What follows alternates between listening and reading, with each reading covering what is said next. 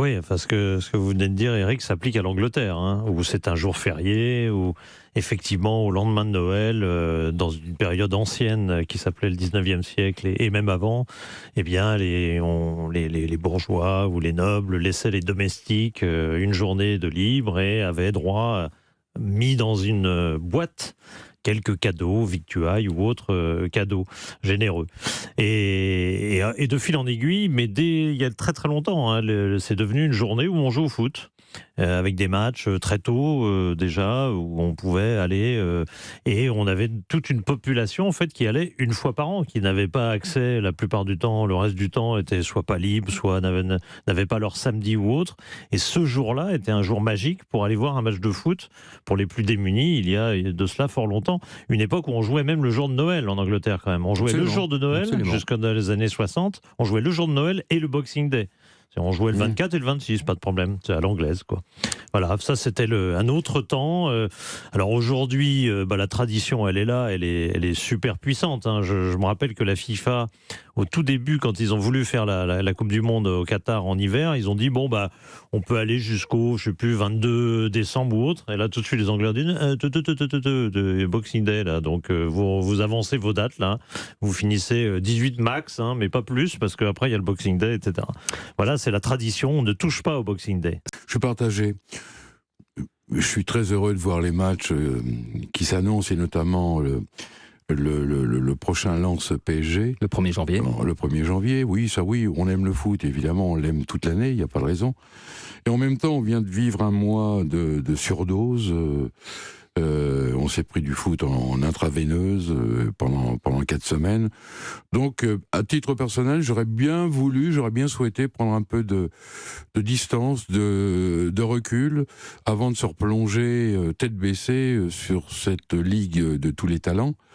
Voilà, comment dire, j'écoutais attentivement Philippe, et ce qu'il oubliait de dire, tu vas me dire Philippe si je dis une bêtise, une ânerie, c'est que en Angleterre, les 26 décembre, 31 décembre et 2 janvier sont des jours fériés.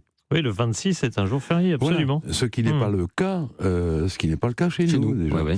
Donc c'est une espèce d'appropriation culturelle qui ne durera qu'une saison normalement, parce que je crois qu'il est prévu. Les instances fédérales ont prévu pour la saison prochaine une trêve qui irait du 20 décembre, si j'ai bien lu, au 13-14 janvier. Ce qui serait un peu plus long que d'habitude. Qui serait un peu plus long que d'habitude. Globalement, je suis comme Dominique, c'est-à-dire qu'au départ, je me dis Zidane, Brésil serait une aventure formidable, ça aurait même beaucoup de charme. Après, j'ai un peu la même réticence que Dominique, peut-être pas pour la même raison. Je suis étonné quand même que le Brésil, immense pays de football s'il en est, et dans ce football qui est aujourd'hui très mondialisé, je trouve que malgré tout, on l'a vu encore à la Coupe du Monde, malgré tout, s'il y a encore un espace où il y a un petit peu d'identité, un tout petit peu de différence d'un pays à l'autre, ça reste quand même le football de sélection.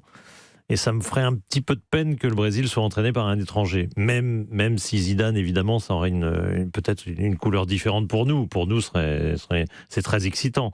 Mais ça me ferait un petit peu mal au ventre que des pays de ce niveau-là. Moi, j'avais été peiné quand l'Angleterre avait fait appel à des Eriksson ou Capello, qui pourtant étaient des références et des super entraîneurs que j'apprécie tout à fait. Mais je me dis quelle tristesse qu'un pays important de la sorte soit obligé d'aller chercher un entraîneur étranger. Voilà, bon, ça c'est ma seule remarque, elle est plus culturelle qu'autre chose. Après, j'ai pas de gêne par rapport à Zidane. Après, la question que vous posez, c'est club ou sélection. Moi, j'aurais tendance à penser que Zidane, il a peut-être encore quelques années à faire en club, je trouve. Parce que finalement, il n'a pas fait énormément de temps. Il a fait quoi, 4 ans avec le Real à peu près, hein, je ne me trompe pas complètement. 4 ans ou 4 ans et demi peut-être.